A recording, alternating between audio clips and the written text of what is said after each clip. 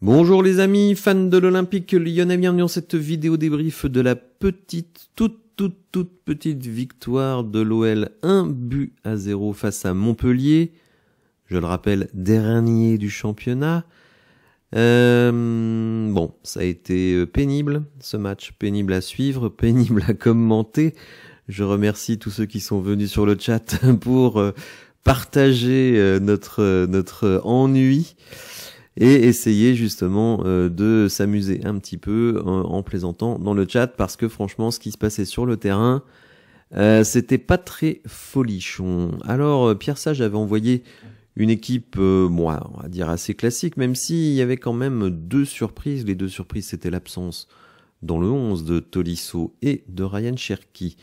Alors Vercoutre, qui était passé au micro sur l'OL Play avant le match, nous informait que pour Tolisso, c'était des précautions. Celui-ci, vous vous en souvenez, était sorti en cours de match. Alors, je ne sais plus si c'était le match de Coupe de France ou le dernier match de championnat, mais enfin, bon, bref. Il était sorti pour une petite alerte, malgré les 2 semaines qui se sont écoulées. Bon, on va dire, il n'était pas forcément à 100%. Donc bon, à la limite, on peut comprendre cette non-titularisation, même si le joueur, au final, a joué. Et l'absence de Ryan Cherki, considéré par certains comme le meilleur joueur du championnat. Moi, je ne vais pas jusque-là. Et d'ailleurs, hier, il nous a montré qu'il était encore loin d'être le meilleur joueur du championnat. Mais enfin, bon, bref. Ryan Cherki, lui, c'était plutôt un problème d'investissement à l'entraînement. De comportement, je ne sais pas. En tout cas, ce qu'on peut dire, c'est que hier, lors de son entrée, il n'a fait aucune différence. Et alors là, son comportement a été particulièrement toxique, je trouve. J'ai vraiment pas du tout apprécié l'entrée de Ryan Cherki. Donc comme on commençait avec Lucas Perry, Mata et Kaletakar en défense centrale, Maitland-Niles à droite, Abner à gauche, Veretout et Matic devant la défense, un trident offensif derrière la casette composé de Nuama Benrahma et Fofana. Alors, bon, on se dit quand même, dans cet effectif, il y a des joueurs qui sont habitués à être des titulaires. Hein. Je ne vois aucun joueur, hormis peut-être Abner, qui est contestable en tant que titulaire. Mais ce qu'il faut dire, c'est que la prestation n'a pas du tout été à la hauteur. Mais alors, quand je dis pas du tout, c'est vraiment pas du tout.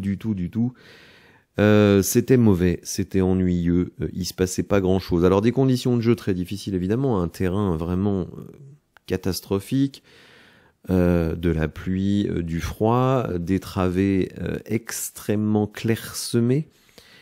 Bon, il n'y avait pas tous les éléments forcément pour être à fond les ballons.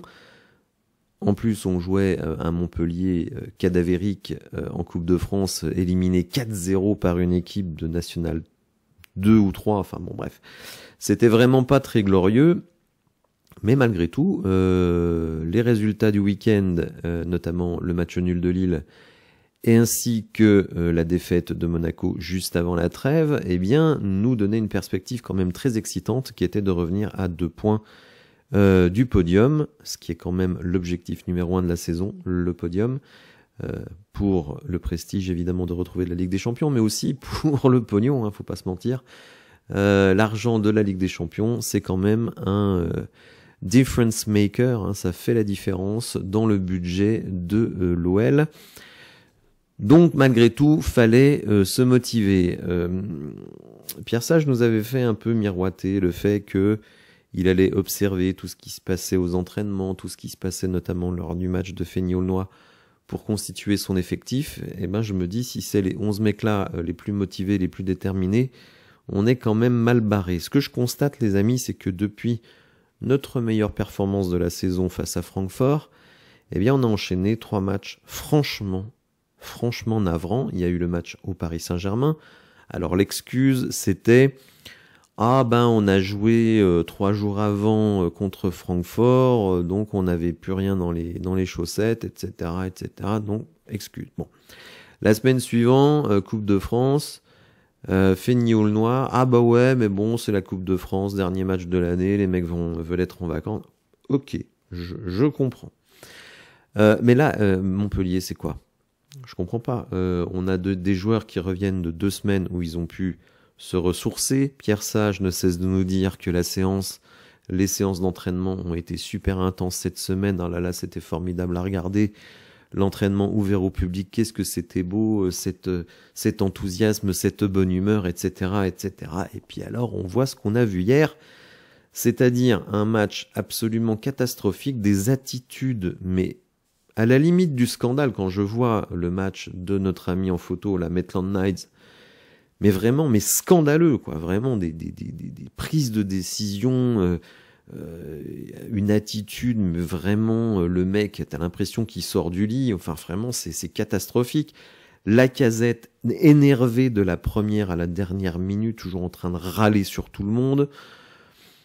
Fofana, pas terrible. Benrahma, bon, qui visiblement s'est fait plaisir pendant les fêtes. Enfin bon, Nuama, je dirais que Nuama, il est de pire en pire. Il a eu un petit match sympa, bah justement contre Francfort, mais vraiment ce joueur, mais il est calamiteux. Il ne sait pas jouer au foot. Je suis désolé de le dire, il ne sait pas jouer au foot.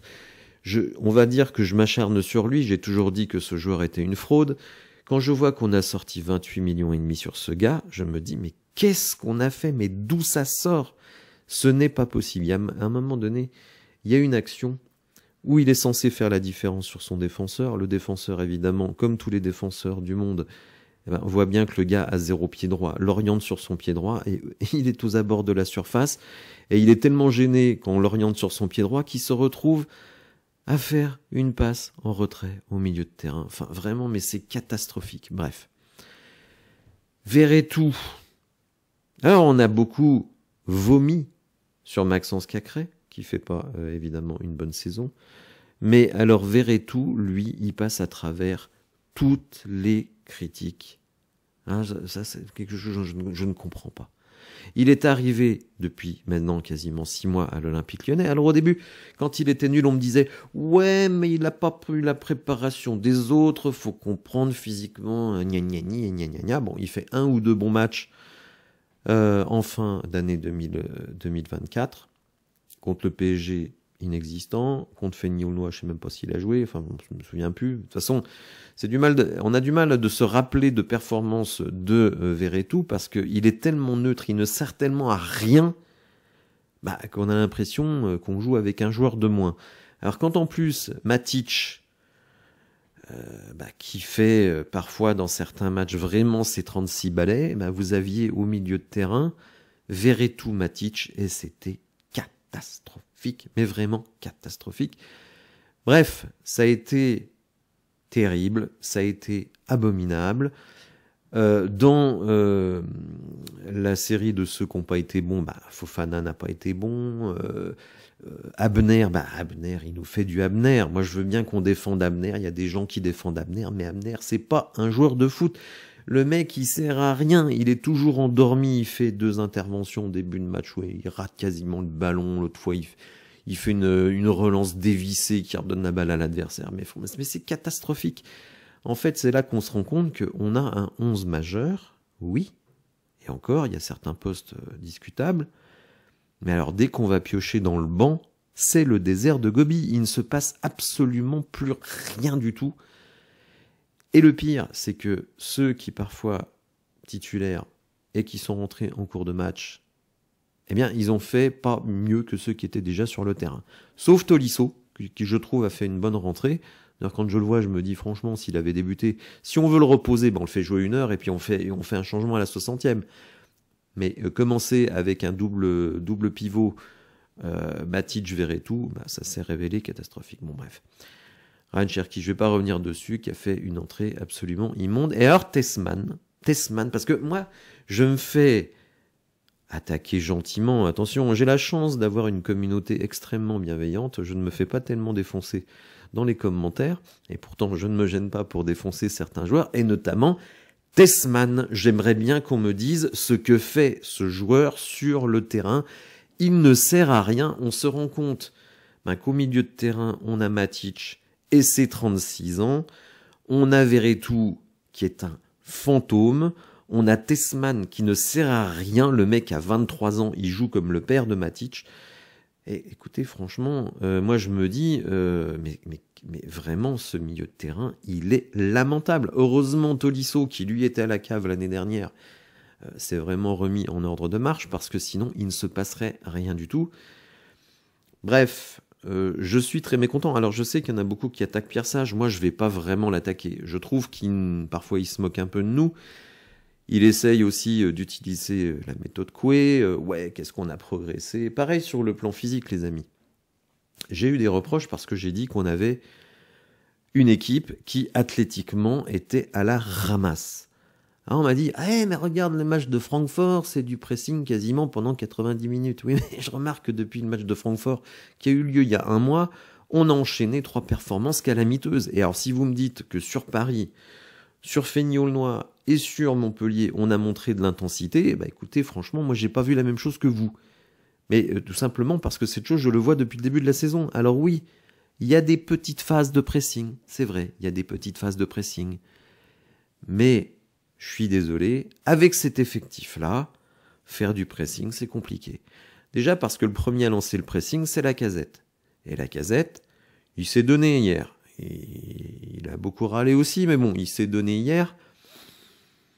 Mais bon, son influence sur le jeu, excusez-moi, il se passe quand même pas grand-chose. Bon, bref. Donc je trouve qu'on a un effectif, d'un certain point de vue vieillissant, un effectif avec des mecs qui ont la charrette, un effectif avec des mecs comme Maitland Nice, capables de matchs transcendants et puis de matchs totalement neutres. Écoutez, bon, alors oui, on est à 3 points du podium. Au final, certains m'ont dit hier dans le chat, c'est quand même rassurant, en jouant comme des pompes, on arrive quand même à gagner des matchs. Alors déjà, je le rappelle, on a battu qu'une seule équipe du top 8 de Ligue 1. Et c'est Nice. Nice qui est catastrophique. Catastrophique. Bon, bref. C'est la seule équipe qu'on a battue. Alors oui, face aux petits, ça c'est vrai. Face aux petits, on fait carton plein. Et je dirais, heureusement. Heureusement. Mais bon, à vaincre sans péril, on triomphe sans gloire. Vous connaissez sans doute cet adage. Et franchement, moi, j'attends en Ligue 1, parce que je trouve qu'en Ligue Europa, effectivement, il y a eu le match de Francfort, il y a eu des bons matchs, comme Beşiktaş, même s'il y a une défaite à la fin. Mais bon, globalement, je dirais une campagne maîtrisée en Ligue Europa, même si je regrette notre match nul à Hoffenheim. Mais bon, je trouve qu'en Ligue 1, franchement, il n'y a pas de quoi célébrer, quoi. On a entre 250 et 300 millions de budget, on a dépensé 200 millions sur le mercato, et des matchs références en Ligue 1. Alors oui, il y a Le Havre. Le Havre. Quand même pas déconner, Le Havre. Bon, bref. Donc, pour l'instant, je suis pas content. Je suis pas content de ce début de reprise. Moi, j'attendais une équipe qui s'engage à fond dans ses nouveaux objectifs. Le podium, un bon parcours en Ligue Europa, un bon parcours en Coupe de France. Et ce que j'ai vu hier, franchement, ça me fait flipper grave. Alors sur l'attaque momentum, on retrouve effectivement cette apathie. Sans regarder ce qui se passe, il se passe quasiment rien. Et là, au moment où on a nos entrants, il se passe encore moins qu'avant. C'est-à-dire que Pierre Sage fait rentrer des mecs pour essayer de donner un second souffle à l'équipe, et c'est encore pire qu'avant.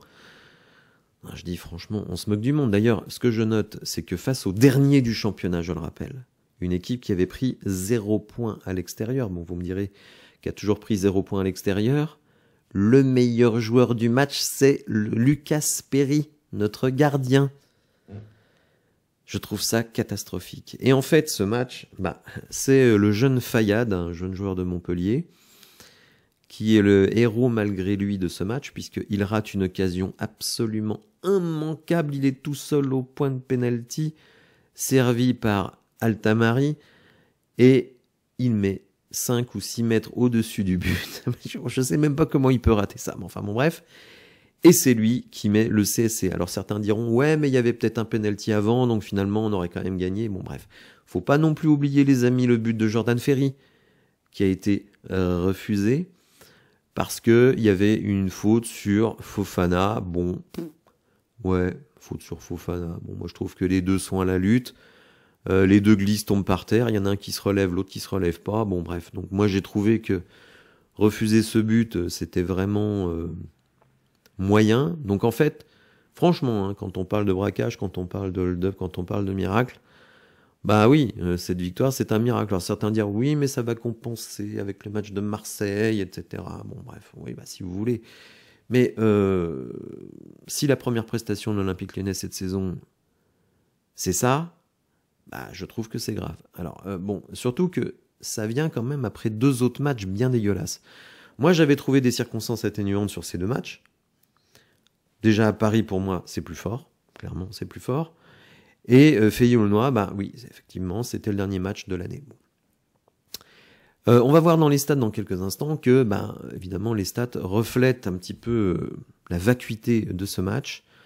Même si vous allez voir finalement au niveau des XG, il n'y a pas une différence si importante, mais par contre, j'ai beau réfléchir, je ne sais pas d'où on sort les XG du côté des statisticiens, parce que nous voir avec 1,35 de XG, alors, franchement, j'ai beau chercher, j'ai beau essayer de me remémorer une action de l'OL où tu te dis, waouh, le truc de fou, comment on a pu rater ça, enfin bon bref. Alors que j'en vois plus du côté de Montpellier. Alors peut-être que j'ai une mémoire sélective, j'en sais rien, mais en tout cas, moi j'ai pas vu ça. On voit qu'au niveau des tirs, 12 pour l'OL, 16 pour Montpellier. Au niveau des tirs cadrés, on va regarder ça tout de suite. Seulement 2 pour l'Olympique Lyonnais et 6 pour Montpellier. Rappelons aussi que Montpellier a tiré sur le poteau en tout début de match. Ce qui montrait d'ailleurs une certaine, un certain manque de concentration de la part de nos joueurs, puisque TJ Savanier, qui est quand même pas le mec le plus rapide de la terre, hein. Vraiment, si on veut défendre sur TJ Savanier, c'est juste être sur lui, parce qu'il va pas vous passer en dribble, il va pas vous claquer une accélération, il va pas prendre la profondeur, non. Donc c'est simplement être vigilant, parce que par contre du pied il en a, et il se retrouve 2 ou 3 fois tout seul à pouvoir tirer à 20-22 mètres. Franchement, je trouvais ça incroyable. On voit que Lucas Perry a dû faire 6 arrêts, alors que le gardien d'en face, le Comte, n'en a fait que 2. Donc c'est vous dire franchement que ce match, il a été très très pénible à suivre. Néanmoins, et oui, les 3 points sont là, et certains diront c'est l'essentiel. Alors moi, personnellement, je préfère gagner ce match-là dégueulasse que de perdre un match qu'on a largement dominé, hein, mais bon. Le mieux, évidemment, c'est d'allier la qualité du jeu et les résultats. Donc vous le voyez, alors tout le monde n'a pas encore joué, mais bon, quoi qu'il arrive, Lens ne pourra pas nous rejoindre. Eh bien, on se retrouve 5e. Alors vous me direz, on était déjà à 5e. Alors non, on était passé 6e puisque Nice nous était passé devant. Mais surtout, on se retrouve à égalité avec Lille, avec seulement 2 buts d'écart au goal average. On se retrouve à seulement 2 points du podium derrière Monaco, qui là aussi n'a que 2 buts de plus dans le goal average. Marseille a un match en moins, reçoit le Havre, je crois. Donc devrait prendre les 3 points, donc ce qui nous laisserait à 3 points de Marseille. Mais ce qui est très bien ce week-end, c'est qu'effectivement, on reprend du terrain sur les équipes qui sont devant nous. Par contre, il ne faut pas ignorer que Nice, pourtant, qu'est-ce qu'ils sont nuls, Nice, eh bien, n'est qu'à 1 point. Donc malgré une saison, alors excusez-moi pour la page qui se rafraîchit, malgré une saison calamiteuse, eh bien Nice, calamiteuse surtout en Coupe d'Europe, là où franchement ils nous font honte, eh bien Nice n'est qu'à 1 point derrière nous. Alors la semaine prochaine, évidemment, ça va être une autre paire de manches, puisqu'on se déplace à Brest. Alors Brest qui n'est que 11e du championnat, mais qui est malgré tout une équipe qui arrive à se transcender lors des grands rendez-vous, puisqu'ils font un parcours tout à fait remarquable en Ligue des Champions. Ils nous avaient humiliés l'année dernière, Brest, hein, faut quand même le dire. Je me rappelle qu'on s'était fait vraiment défoncer dans les duels, et qu'après le match, j'avais prédit que Brest serait sur le podium. Beaucoup se sont moqués de moi dans les commentaires, donc j'invite chacun à aller voir les commentaires de cette vidéo, et de faire son mea culpa, les amis. Bon, bref. Donc voilà, pas un match pas du tout satisfaisant de la part de l'OL, mais ce qu'on va voir tout de suite, c'est que les acteurs du jeu, eh bien, ne se sont pas voilés la face. Personne n'a dit oui, c'est les 3 points qui comptent et patati patata. Non, tout le monde a reconnu que ce soit entraîneur ou les joueurs, que cette victoire était franchement pas méritée. Pierre Sage nous dit « Nos adversaires auraient dû ouvrir le score, on a fait beaucoup de choses à l'envers. On ne peut pas se permettre d'être ambitieux et d'afficher une si pauvre qualité de jeu.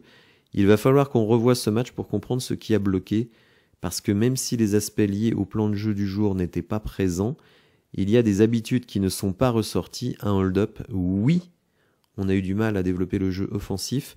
C'est dû à la circulation de balles trop lente pour ouvrir des espaces chez l'adversaire. Et oui, la lenteur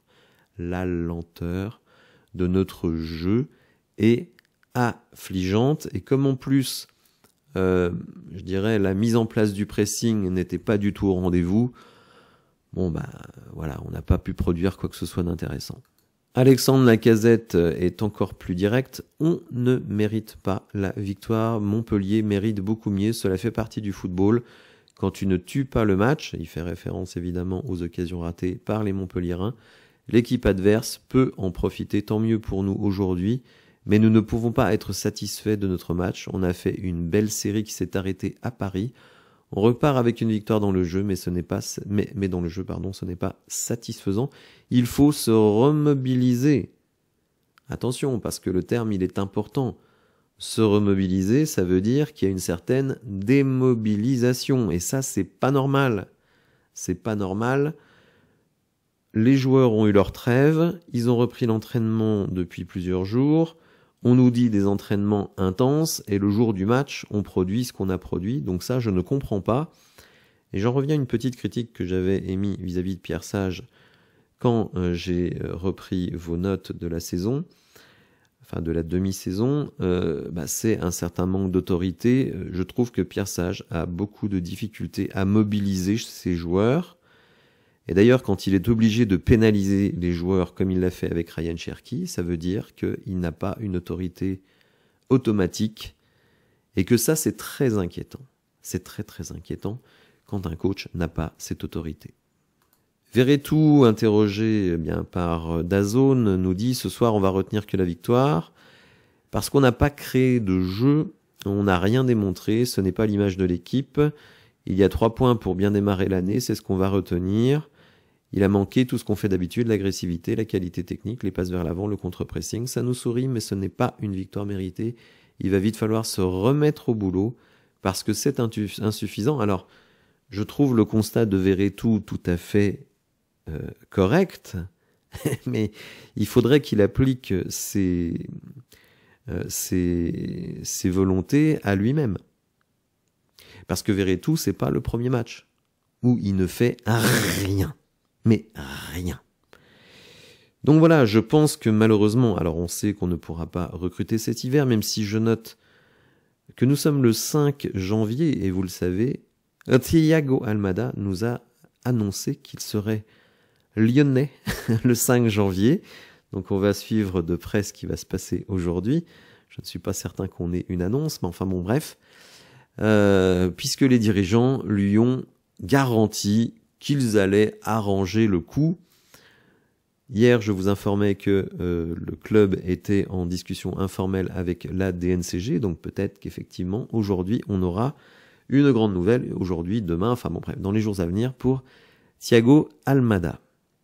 On va terminer avec l'explication de Pierre Sage, donc pourquoi Ryan Cherki a démarré sur le banc. Ryan Cherki, qui n'est peut-être pas le meilleur joueur de Ligue 1, mais en tout cas qui est le meilleur joueur de l'OL depuis le début de la saison.